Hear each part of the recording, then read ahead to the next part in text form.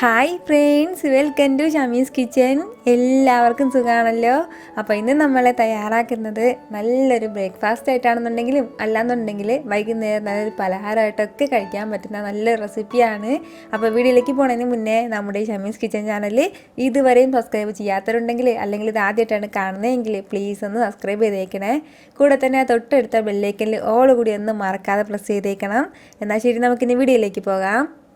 ഞാനിപ്പോൾ ഒരു മിക്സിയുടെ ജാർ എടുത്തിട്ടുണ്ട്. ഇതിലേക്ക് നമുക്ക് ഫസ്റ്റ് ചേർത്ത് കൊടുക്കേണ്ടത് 1 കപ്പ് അളവിൽ മൈദാമാവാണ്. അപ്പോൾ അത് ചേർത്ത് കൊടുക്കാം.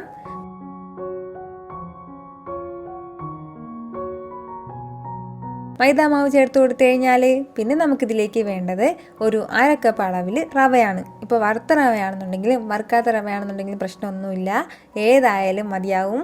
വളരെ സിമ്പിളായിട്ട് തയ്യാറാക്കാൻ പറ്റുന്ന ഒന്നാണിത്. അപ്പോൾ ഇത് രണ്ടും ചേർത്ത് കൊടുത്തു കഴിഞ്ഞാൽ പിന്നെ നമുക്കിതിലേക്ക് ചേർത്ത് കൊടുക്കേണ്ടത് ഒരു 1/2 കപ്പ് അളവിൽ ചിരകിയ തേങ്ങയാണ്. ഇപ്പോൾ ചിരകിയ തേങ്ങയായിട്ടാണ് ചേർക്കുന്നത്. എങ്ങനെയാണെന്നുണ്ടെങ്കിൽ കട്ട് ചെയ്ത് അരിഞ്ഞിട്ട് ചേർത്താലും കുഴപ്പമൊന്നുമില്ല. അപ്പോൾ ഇത്രയും ആയിക്കഴിഞ്ഞാൽ പിന്നെ നമുക്കിതിലേക്ക് വേണ്ടത് ഒരു ചെറുപഴം എടുത്തിട്ടുണ്ട്, അതുകൂടിയാണ്. ഇപ്പോൾ നമുക്ക് ചെറുപഴം 2 ചെറുപഴം വരെ ചേർക്കാം. പാളയംതോടൻ പഴമാണ്. കൂടെ തന്നെ ഒരു 1/2 കപ്പ് അളവിൽ പാൽ കൂടി ചേർക്കുകയാണ്. അപ്പോൾ ഇത് ചൂടാക്കിയ പാലല്ല, സാധാരണ നോർമൽ പാലാണ്. ഒരു 1/2 കപ്പ് അളവിൽ അതുകൂടി ചേർക്കുകയാണ്.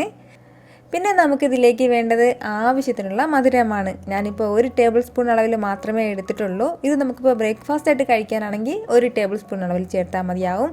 അതല്ല നമ്മൾ വൈകുന്നേരം കഴിക്കാനാണെന്നുണ്ടെങ്കിൽ ഒരു 1/2 കപ്പ് അളവിൽ ഷുഗർ വരെ നമുക്കിതിലേക്ക് ചേർക്കാം. എങ്കിൽ മാത്രമേ കറക്റ്റ് ടേസ്റ്റ് നമുക്ക് കിട്ടത്തുള്ളൂ.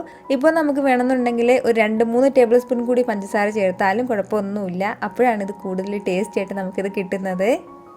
ഇത്രയും ആയിക്കഴിഞ്ഞാൽ പിന്നെ നമുക്കിതിലേക്ക് വേണ്ടത് ഒരു 1/4 ടീസ്പൂൺ അളവിൽ ഉപ്പ് കൂടി. ഒരുപാട് ഉപ്പ് ചേർക്കണ്ട, ആവശ്യത്തിന് കുറച്ച് ഉപ്പ് മാത്രം ചേർത്ത് കൊടുത്തിട്ട് ഇതിലേക്ക് പിന്നെ കുറച്ച് ആവശ്യത്തിനുള്ള വെള്ളം കൂടെ ചേർത്തിട്ട് നമുക്ക് നല്ലതുപോലെ ഒന്ന് അരച്ചെടുക്കാം. നല്ല സ്മൂത്തായിട്ട് നമുക്കിത് കിട്ടും.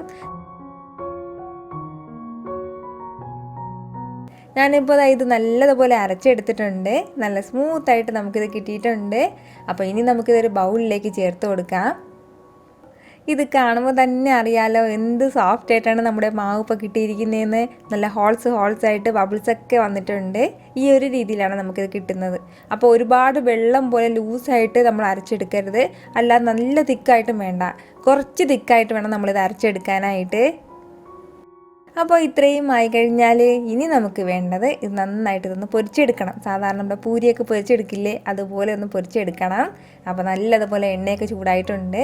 ഇതിലേക്ക് നമുക്ക് ചെറിയ സൈസായിട്ട് വേണമെന്നുണ്ടെങ്കിൽ ചെറിയ രീതിയിൽ മാവ് ഒഴിച്ചാൽ മതിയാകും. കുറച്ചുകൂടി വലിയ സൈസിൽ വേണമെന്നുണ്ടെങ്കിൽ വലുതായിട്ട് മാവ് ഒഴിച്ച് കൊടുക്കാം. ഞാനിപ്പോൾ ഒരു മീഡിയം സൈസിലേക്ക് കുറച്ച് മാവ് ഒഴിച്ച് കൊടുത്തിട്ട് ഇതുപോലെ നമ്മൾ സാധാരണ പൂരിയൊക്കെ തയ്യാറാക്കില്ലേ, അതുപോലെ തന്നെ നന്നായിട്ട് കുറച്ച് ഓയിലൊക്കെ പുറത്തേക്ക് ഇങ്ങനെ ഒഴിച്ച് കൊടുത്തിട്ട് പെട്ടെന്ന് തന്നെ നമുക്കിത് പൊരിച്ചെടുക്കാവുന്നതേ ഉള്ളൂ.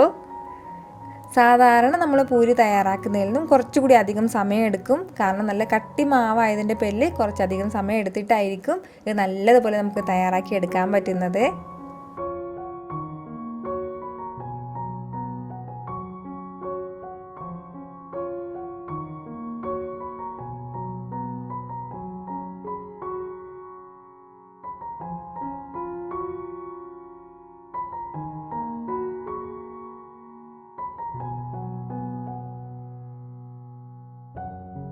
ചെറിയ മധുരത്തിൽ പെട്ടെന്നൊരു പലഹാരമൊക്കെ കഴിക്കണമെന്ന് തോന്നുമ്പോഴത്തേക്കും ഉറപ്പായിട്ട് നിങ്ങൾക്ക് ഇത് ട്രൈ ചെയ്ത് നോക്കാവുന്നേ ഉള്ളൂ. അപ്പോൾ ട്രൈ ചെയ്ത് നോക്കിയതിന് ശേഷം എൻ്റെ ഫീഡ്ബാക്ക് എന്നെ മറക്കാതെ അറിയിക്കണം. ഈ വീഡിയോ നിങ്ങൾക്ക് ഇഷ്ടമായിട്ടുണ്ടെന്നാണ് എൻ്റെ വിശ്വാസം. ഇഷ്ടമായാൽ ഇതൊന്ന് ലൈക്ക് ചെയ്തേക്കണം. ഇത് മറ്റുള്ളവരും കാണണമെന്ന് ആഗ്രഹിക്കുന്നുണ്ടെങ്കിൽ നിങ്ങളുടെ ഫ്രണ്ട്സിനും ഫാമിലിക്കും എല്ലാവർക്കും ഷെയർ ചെയ്ത് കൊടുക്കാനും മറക്കരുത്. വീണ്ടും നല്ലൊരു ഉഷാറ് വീഡിയോ ആയിട്ട് ഞാൻ വരുന്നതായിരിക്കും. അതുവരേക്കും എല്ലാവരും ഹാപ്പി ആയിട്ടിരിക്കുക, സന്തോഷമായിട്ടിരിക്കുക, ചിരിച്ചുകൊണ്ടിരിക്കുക. Take care friends.